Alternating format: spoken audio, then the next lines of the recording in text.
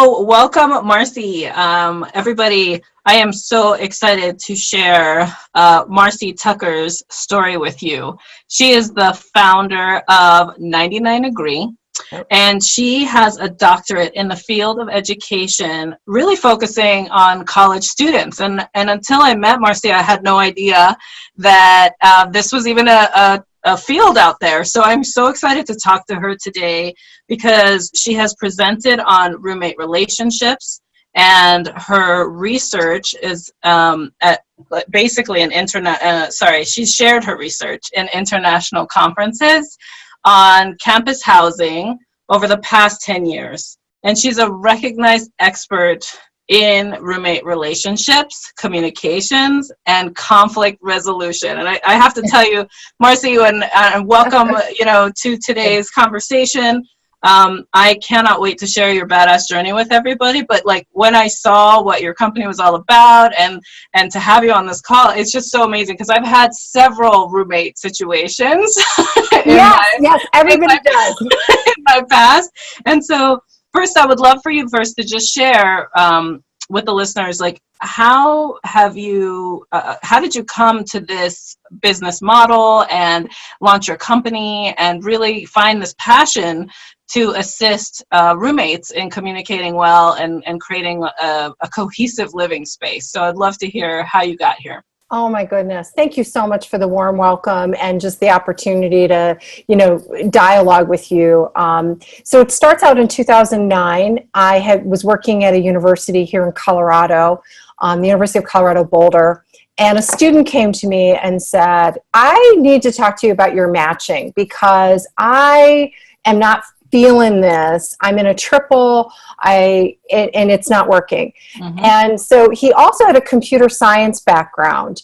And we started talking about, well, it's really not matching. I don't care how well matched you are with somebody. It's the living together afterwards that always, has a problem. Yeah. And everybody focuses like, well, if you just get the right match, everything is solved. Well, none of us run on autopilot. No. All of us have issues, and things that you didn't consider at the beginning of a relationship all of a sudden become an issue. You didn't have a dating partner when you signed the lease, and all of a sudden now you have a dating partner. They're spending $365 there. They're not paying any rent. How do you have that conversation? So the student said, I can build it for you. And I love the enthusiasm of college students because they're like, I can build that.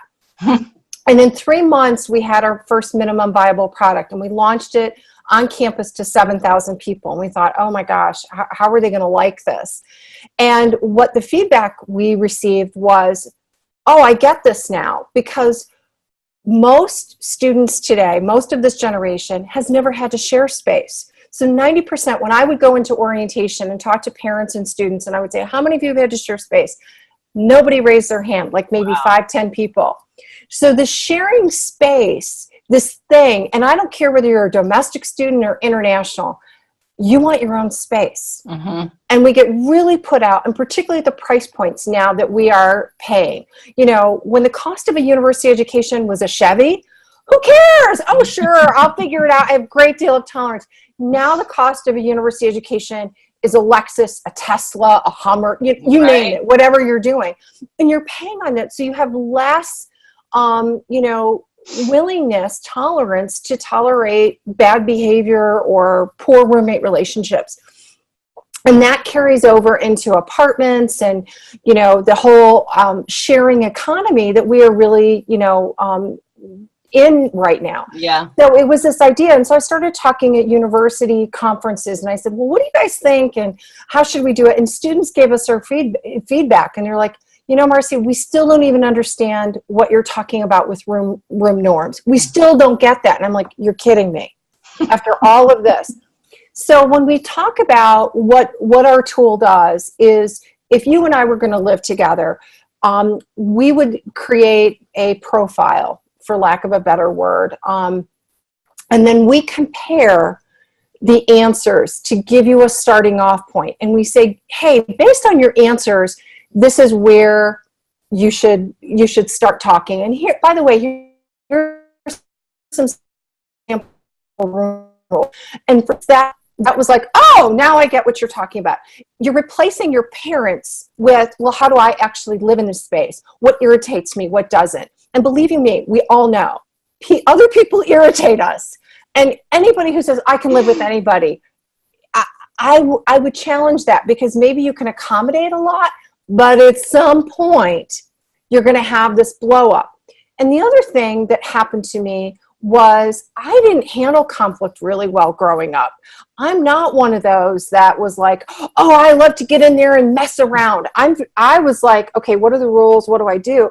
And so here I am working with college students and dealing with the messiness of living together. And I'm like, wow, it's almost as if you have to stand in fire. You have to learn how to stand. Conflict to me sometimes is the metaphor of fire or flame. And then be okay that you don't get singed in that process. So that's what we do to try to help create the conditions. I was share, and every time I talk about this, everybody raises their hand like, oh my God, I had this horrible experience. And this one guy says to me, he goes, well, I had a stupid roommate years ago. And I go, look, I have a software tool. I can't fix stupid. All right? Yeah. I can't, if you want to, subvert the tool or, be dishonest, there is no software tool out there that's going to make you behave. Mm-hmm. All I can do is create the conditions where good things can happen. And our proof points are with students that say, this is the way I actually live. And so in 2015, fast forward from 2009 to 2015, I got my first beta client because I had been doing all this work. And she said, that thing you've been doing, that's how students think about it. And they actually want to be able to do it themselves. So can we do this? Can we buy it from you? And I hadn't even thought about that. Yeah. I'm like, sure, I can do it. Whatever. Yeah. And that, I think, is one of my badass moments, where you just have the audacity to be like, of course I can. Yeah. I have no business plan. I'm like, well, what's the price point? You're trying to figure everything out because you have a willing client. And when you have that client, you're like, I am going to do anything to get that client so that I can move on and do more. So that client has been amazing for us over the past, 3 years. So that's the genesis of the company. I mean, it's really great that I love it. Marcie, there's so much that has come up in my mind, because what really you're bringing to the table is this ability for young students, so they're in the age of like 18 to 24, let's just say, if they even continue into grad school, whatever that looks like. And you've built a tool to create some self-awareness on their behaviors. Yeah. To then match up with the right fit for a living situation. Because guaranteed now, I mean, we're already in a society of distraction factor, right? Mm-hmm. And then if you're also distracted in your home place where you're meant to be filled up and rest or, and hang out and just have like less stress around you so that you can refuel and get back out there and go after your studies, not having that fit, not having that match could literally derail your semester. And but to ask those questions, what I really like is that you've built a tool to ask the questions for those students to become more self-aware, to then realize, oh, I actually have these behaviors. Like I actually prefer that the dishes don't stay in the sink and they actually get cleaned, and versus like, I really don't care if the sink is totally full, we'll clean it once a week. Like those are like small nuances in a roommate situation for sure that can create such a conflict or blow up or internal stress. And so that's really awesome that you not only found a partner or client that invested in building it out, but then also I'm sure your students are finding that match. Do you have any stories like where you feel like it was a big win based on feedback that you've gotten from your users? Or yeah, students have really, the feedback that we get is after they have been living together for a while, they appreciate having had the opportunity to talk about some of these expectations. So one student said, I really didn't even understand what I was doing living with someone. And because of this tool, now I know, okay, so I'm more willing to have conversations because we've already had the conversation Mm-hmm. to begin with. And Mm-hmm. so we ask them, well, when you have conflict, how are you going to deal with it? And there's the idealized version, and then there's in real life. And everybody wants to avoid conflict. It's our go-to overused conflict strategy. And avoidance does good things. It reduces anxiety. It gets us to think about things. Where it becomes a problem is when it moves to, I'm just going to accommodate because I don't want to make waves. I don't want to do anything. And not understanding that there are so many other tools that you can actually get to a different result. Yeah. And students, I think that's where we're growing into that space, giving them more opportunities to, have those conversations.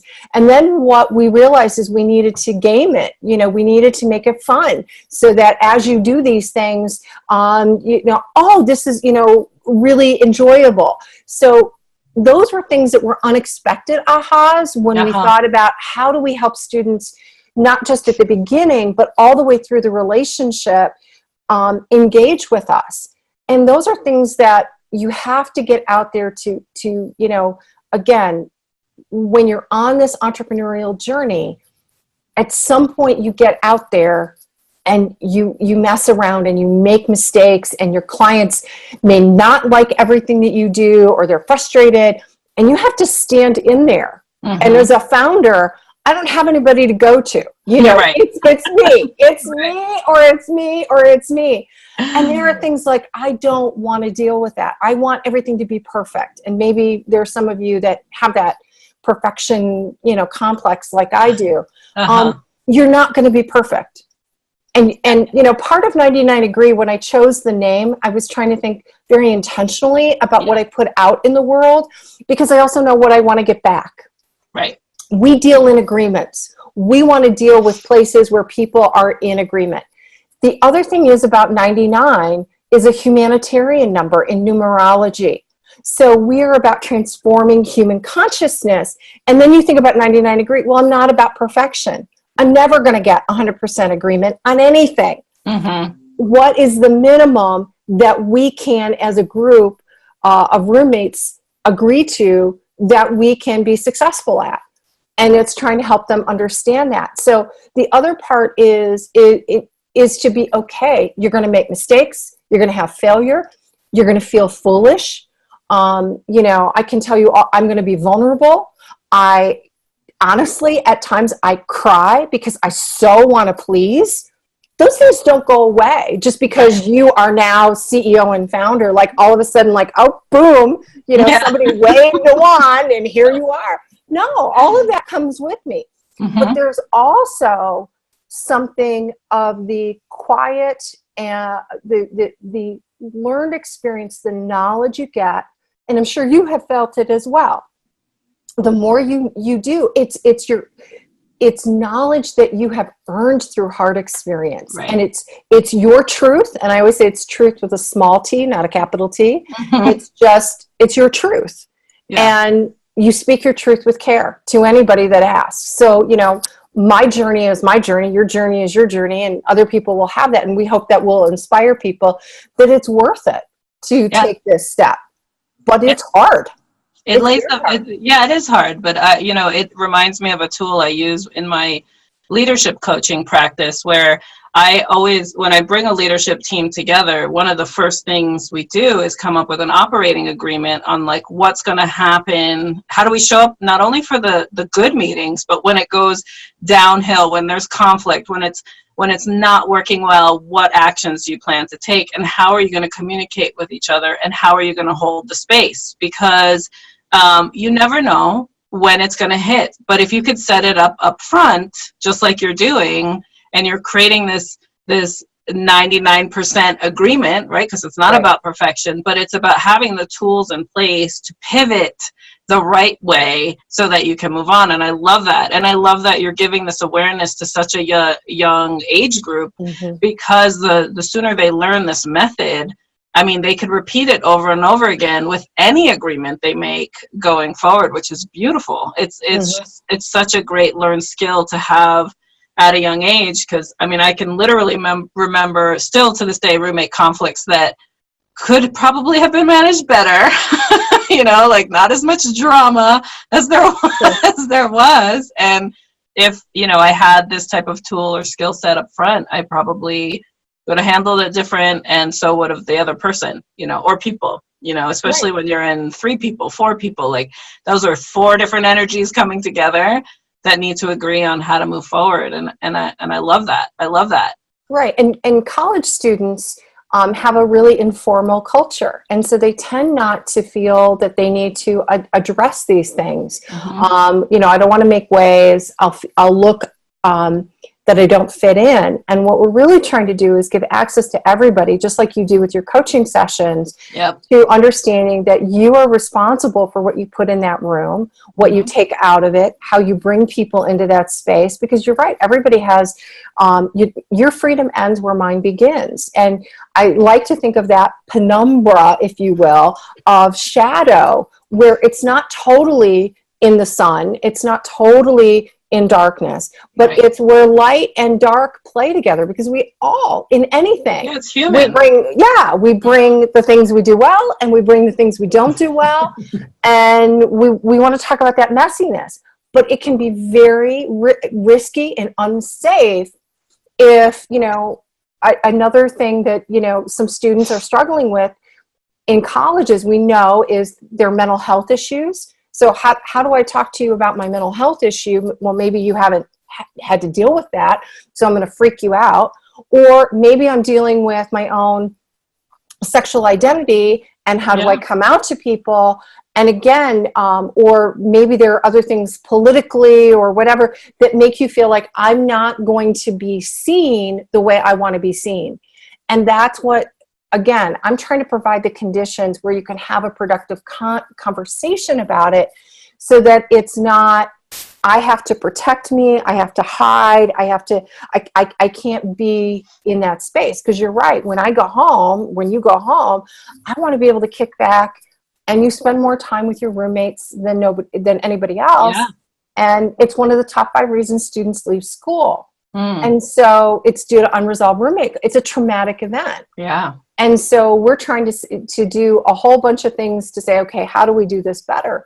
And in that journey, it's also, you know, sometimes even my colleagues, you know, will be like, well, why are you doing this? I'm like, but you did the same work I do. And you don't, you know, so just because you have people who are walking a similar journey doesn't mean to get your particular journey. That's right. Yeah. And we all show up with our own baggage, our own path we want to take, exposure that we, you know, that we've had. I mean, and the triggers, you know, of an emotional explosion, let's just say, or a shutdown, you know, because shutdowns also occur. And it's really great that you're creating this dialogue of communication, because again, it's a life skill. Right? Like that's not just for this part of life, you know, that phase in life, but it is so needed, you know, to walk into other arenas and exercise that same type of understanding, or at least the self-awareness first, right? How you show up, and then outlining your needs, which is great. So tell me a little bit about what your company is focused on now. How are you, what are your, you know, what are you looking for? What are you trying to accomplish? Well, you know, it's so interesting, because in technology, when we built the platform, you know, it was really a minimum viable product to get out to market. It was something that was sold, and then you get the client feedback and you get the user feedback. And what we had realized was we had boxed ourselves into a corner. And so I went to Denver Startup Week here in Denver, Colorado. It's a huge program, you know, between 15 to 18,000 people go. And I started networking with people to say, I need a different technologist, and I need to find someone who I can partner with, because I'm going to have another evolution. And I found someone who was just like, I so get it. And his story was that he had twin daughters who were going on a tour of the East Coast schools. And he said, I don't understand why they spent all this time talking to me about roommate matching and roommate agreements and roommate conflict. Why? And then after we talked, he's like, oh my gosh, I get it now. I so get it. And then he started saying, well, in different places, you need to have the flexibility to do these, listed a whole bunch of things. So we did a deep dive, and we actually kind of blew up the whole thing. Nice. To say, what is it we really need to create? So last year in 2017, we created this path forward, and we're still in the business, or in the process of building it. And it allows me to connect with other strategic partnerships. It allows me to do a whole bunch of other things that when you think about just solving this here, there's a part of it where I think even as I say it, wasn't big enough. It wasn't big enough to serve what we needed to serve. And so, when money is tight, and when you're sitting there going, well, how am I going to make this work? And there's a lot of things that I could tell you about, creating this vision, and then you find a way. I can't say it any other way, because what works for me may not work for you. But what I realized every day when I wake up, including today, how do I solve this? How do I find a way? It's not, is there a way? Right. It's so funny. You asked me a question, I think, earlier on the preliminary, kind of thinking about, is there a movie or a song? And one of the things that I hearken back to is Lord of the Rings. Nice. And in Lord of the Rings, Frodo goes to see Galadriel, who's the Queen of the Elves, in the very first trilogy movie. And Frodo goes to see her. He's got the ring that he's got to destroy, or he's got this errand with it. And Galadriel stands there and says, you have to figure it out. And he goes, no, I want to give it to you. And this gift to her, she's like, I could be magnificent and powerful. And she's like, no, I'm not going to do that. And he goes, but I'm so small. I'm so, you all are so powerful. You could do this like that. And she says to him, I love this. She goes, Frodo, to be a bearer of a ring of power is to be alone. And if you do not find a way, no one will. Powerful. Oh my gosh. And every day I go, and if Marcie, if you don't find a way, no one will, because no one is sitting in this seat. No one is out there as interested in my success as I am. Other people will join me as you figure it out, but you have to figure it out. Yeah. And as a female, sometimes, there are times where I'm like, can I figure it out? Do I figure it out? What? I don't know. And I go back to that. And I love that question you asked, because you have to have those images to get you through. Yeah. Because you're going to want to give up. Yeah. And it's also, when you're a solopreneur, or when you initiate on your own, and it's your concept, your idea, yours, but it's for many, right? Like, so you have to open the door and actually let it out for you to receive back the feedback, and what else can you build, and how else can you serve, right? Because your business is a business of service. It's to create communication. It's to create connection. It's to build people up in a more self-aware, truthful way. And when it's all in your head and you see it, you have that clarity and that tunnel vision gets created, and then you realize, crap, how do I get it done? Am I in this alone? Where's my dinghy that I can go scoot around in? But it's more about that realization to say, it still starts with me, really, because that's what that movie quote is about, and that imagery is that if you don't start it, no one else will. And that's what I love about entrepreneurship, and the fact that we can actually dive into whatever it is we want. And now even more, we can connect with the people that help us get there, and leverage expertise and exposure. Or has it been done before? What has been done before? Why is mine different? How is mine different? Right. But also to feel like you're not so alone in it, I think is really critical when you're expanding your business. You know, you go from concept, MVP, you know, you've tested it, you now people want more from you. How are you going to grow from there? It takes different skill sets along the way to achieve that. And one thing you did share with me too is you hit an obstacle. You know, there was like a phase of where you had to make a hard decision on how best to move forward. I would love for you to share a little bit about that, because I think it's important to let people know that it's not always easy. It is actually the hardest thing I think most people can embark on, is their own business, their own product concept, and the delivery of it all. So share a little bit about that obstacle and how you decided to pivot and move forward. Great. That's a great question. And I think it's when in this situation, I'm dependent on finding a technology partner, because I have the concepts, I have the ideas, I know how it should work. I am unable to write the code. So I'm dependent on someone who can help me with that piece. So there's an interdependence. And sometimes I think as entrepreneurs, we feel that there's more dependence on somebody else and their deliverable or their vision. I'm fortunate that I was able to find somebody's, but the real crossroads came when my client asked for something and my developer said, no, I can't do that. And we're in the middle of a launch and it didn't go well. Right. And my developer's mad at me and my client's mad at me. And all of a sudden, who do I satisfy? Do I satisfy the developer or do I satisfy my client? And I satisfied my client. And it created ripples for my developer. And, you know, you stand there in that crossroads and go, how did I not know this? But you can't know it. You don't know it's going to happen. No. And at the same time, you make the best decision in the moment. And that led me, honestly, to, you know, so I would also say out of every challenge comes an opportunity. And truly it happens, because I wasn't looking. I thought, oh, well, I've got to do it like this.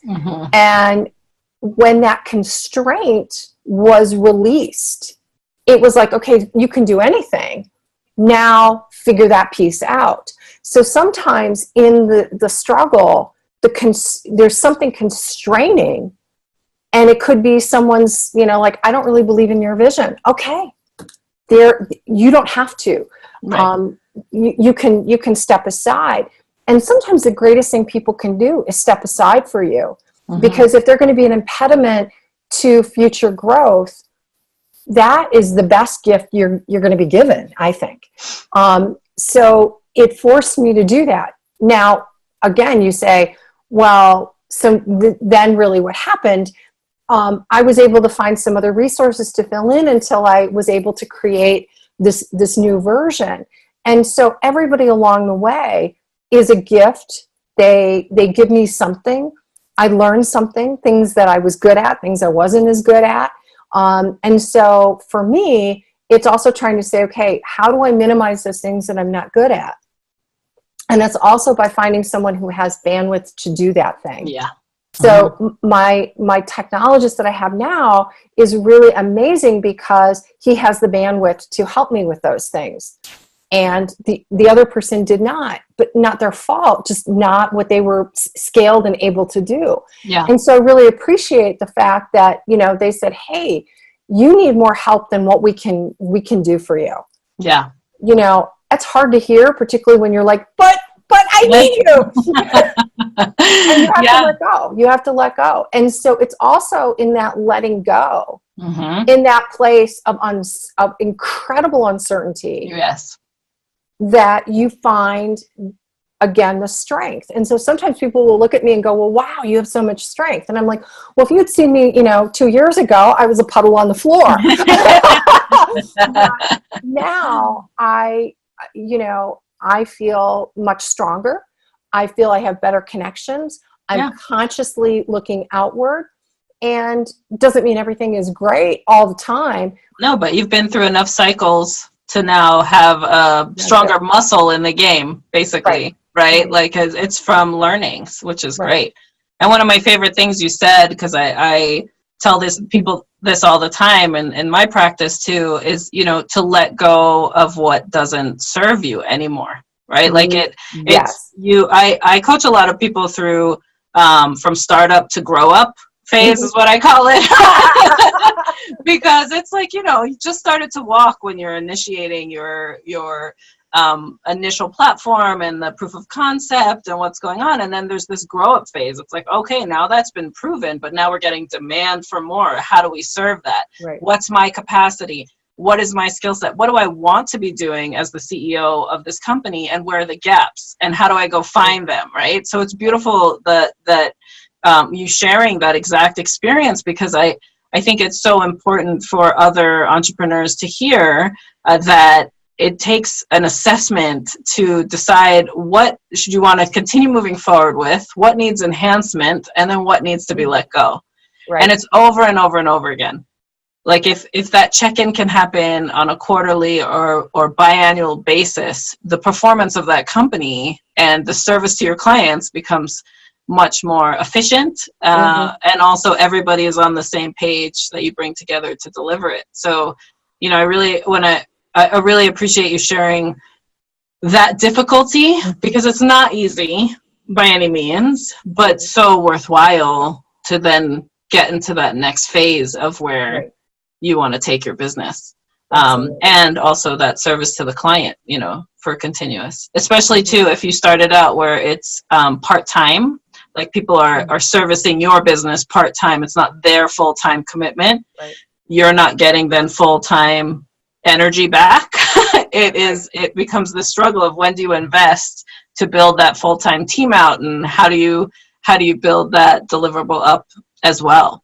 Right. So that's a great lesson learned. But now your muscle is a bit stronger, so you'll have it in shorter cycles. If and when it happens again, to take action on it is so much easier, which is great. Absolutely. Well said. Well summarized. Yeah. I truly do love living in this space, you know, through these type of conversations, because it's common. It is. We're all going through it, and we're all trying to launch our own thing, but most of all have similar struggles, right? And similar triumphs. But also those lessons learned, the more we can share them, then maybe we're saving someone else the time, you know, down the road. Well, you're going to learn that it's going to happen to you. Yeah. And we've all been there. Right. And the importance is not to avoid that, but to get into it, to move through it, to engage it. And I think where most people, you know, lose wind is when these things happen and they're like, well, that's all for me. And it's like, no, it's not. Again, your job is to figure out how to make it work. If you can think it can happen. It's possible. Yeah. For sure. You know, it just may not happen the way you thought, with the people that you thought, how you thought it would be. It doesn't, and change and evolution. So you're right. Now, I feel very differently. If you talked to me when I first stepped on, I thought I knew these things. Yeah. I really thought like, oh yeah, I got this. Yeah. No, I really didn't. No. You're about to get educated. Yeah. And in 3 years, I'll be different. But you know, if you don't do it today, you can't do it better tomorrow. That's right. So, you know, I understand when people say failing fast, and I don't like that really, because it feels to me, it just doesn't feel uplifting. Yeah. I really like to say, you know, get into it, you know, engage with it, go after it in the best way you know how. Yeah. And if it doesn't turn out well, then it's that reflective muscle going, okay, what do I learn from this? And what questions do I ask? And what did I miss? You know, so failure or making mistakes, I think, is really, what did I miss in my process that next time I'm not going to repeat, but there's going to be something else I miss again. So it's having that reflective muscle so that you're constantly taking those snapshots so that, like you were saying, you can pivot much quicker. Yeah, and that the next time when it happens again, if it happens again, it could have a different approach. Because I always like to say, you know, when it's a so-called failure, and I like using my quotation hands, failure, it's always a lesson learned, right? And you decide what you want to move forward with and what you want to just leave back there, you know, like, because that's the other thing, if you carry your failures forward. So there's also that term failing forward, right? But you don't want to carry the failures forward. You want to carry the lessons learned to pivot faster or to get into action towards what it is you want going forward, and leaving the things, you know, that didn't serve you so much or that, you know, you don't want to have happen again, you know, behind. So it's not dragging your brain, you know, back. Right. Well, it reminds me of something that my husband and I learned. We were reading this book, Deborah Tannen's You Just Don't Understand, Men and Women in Conversation. And we were like, oh, so that's why you talk, you know, you'll say this and I'll say, oh, that's why. But what we realized was that there were times where we weren't serving each other. And so this is a technique we've used many a time, and it connects to what we've been talking about. So my husband had asked me if he had cleaned up his office. You know, we have separate offices, like we're not going to share.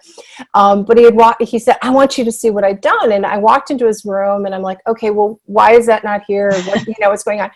And he's like, and he's crestfallen. And I didn't mean to step on him. And so he's like, you know, you're really kind of rude.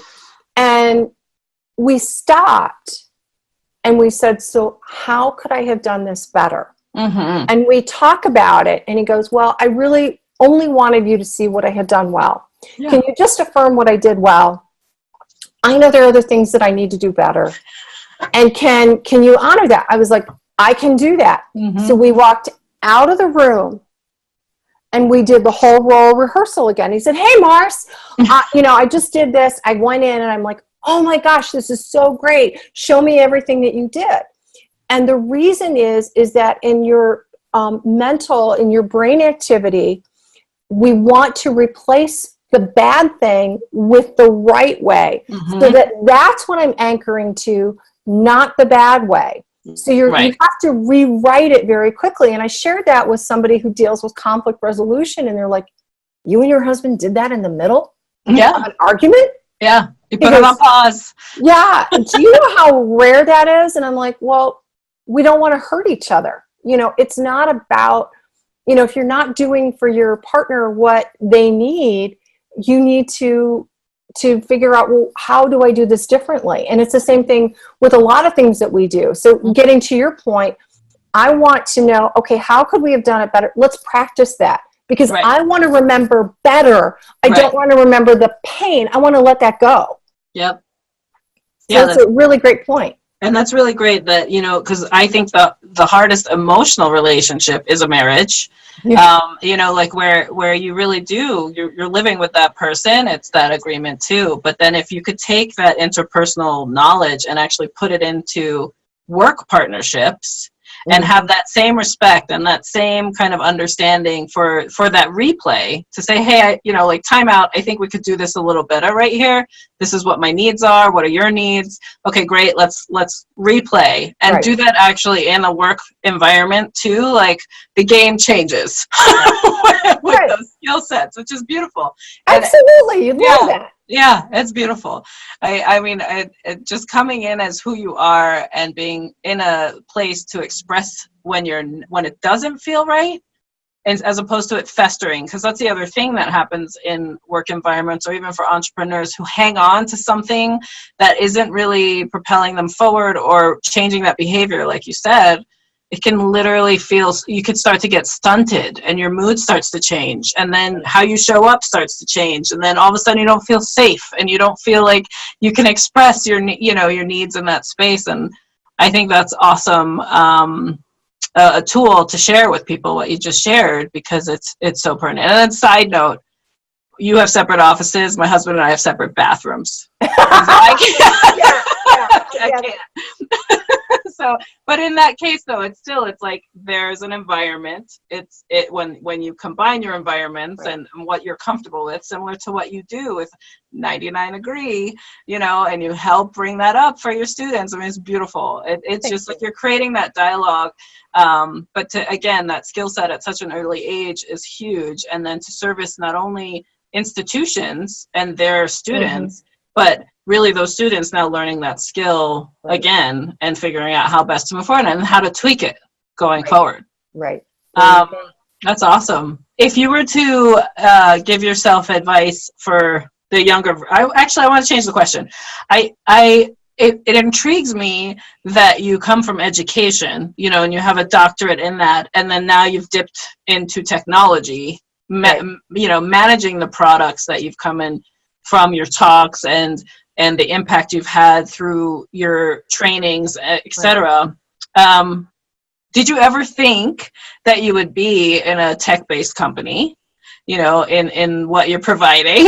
And if you were to talk to the younger version of yourself, before this even started, what advice would you give that version of you based on what you know today? Well, it's interesting that the first question is, did I ever imagine? No, I never imagined technology, me, I'm fascinated by it. And I, again, as my evolution, I want to play with, the latest and greatest. I want tools. I want to say, well, how can we do this better? And I'm not a coder. I'm not someone who's going to do that. So understanding that's okay. But also my technologist said, you are a software company. You do those things. So I'm owning that, I'm owning, okay, yes, I'm in this space. I think the other interesting thing you mentioned is throughout my entire life, I've said to myself, you need to learn business, you need to learn business, you need to learn business. And I've had opportunities where I've had stints outside of higher education in the private sector. I worked for it was funny, it was a storage element. They were a company that made storage elements for consumer electronics. And they went out of business, but they got $97 million in venture capital and they blew through it. And, watching how it was an interesting front row seat to see, there's always risk associated with anything, but that I was in that place. So I began at that time to understand things. I think I would have spent more time, maybe, saying, okay, what does business mean to me? Is that an MBA? Is that really working in the technology sector? I don't know. And it's okay that I have gaps. But I feel like now I'm embracing it. Whereas maybe even 10 years ago, I was like, oh, I'm not, I'm here. Yeah. And one of the things, I had a friend who said to me, she said, Marcie, the reason some things have worked out for you is that you need to be in a bigger space. And, something else you said is being in service to this idea. And that being in service to what we're doing. I am so on board with that there's something about this that really resonates and doors open. And I think the other thing I would say is, even when you think the door is closing, there is something else moving into place. Trust that. There's a lot of trust that things are moving and they're doing what they need to do. So, it's hard because I really like some of the things I've learned. I think it's hard knowledge. It's hard won. And I'm pleased with, okay, we're here. Where will I be 3 years from now? I want to be in a very empowering place, supporting people, and really having taken the next step so that when we talk again, you're like, oh my God, Marcie, do you remember what you were like? Oh my God, that's great. I'll give you all sorts of snaps. Yes, yes. And I really am so appreciative of this opportunity. You know, this is an amazing thing you're doing. And I really like how you're coaching people, because I really resonate with that. And the things that you're taking, you really have a great gift and this is wonderful to be of service in this way. So thank you for doing this as well. Oh my goodness. It's such an honor to talk to another fellow entrepreneur that is in that growth space, you know, that has that self-awareness to know what you do know and have certainty, but then also really charter forward and keep putting yourself out there and putting what you believe in out there. Right.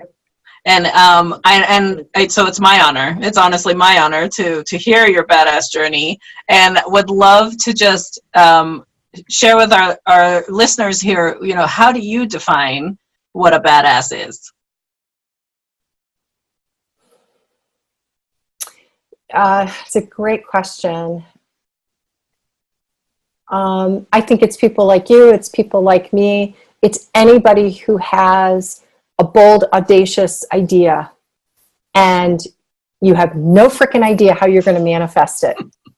That to me is badass. Yeah. And then making, I think, also space to support each other. That my success doesn't mean you're not successful. Your success doesn't mean that I'm not successful.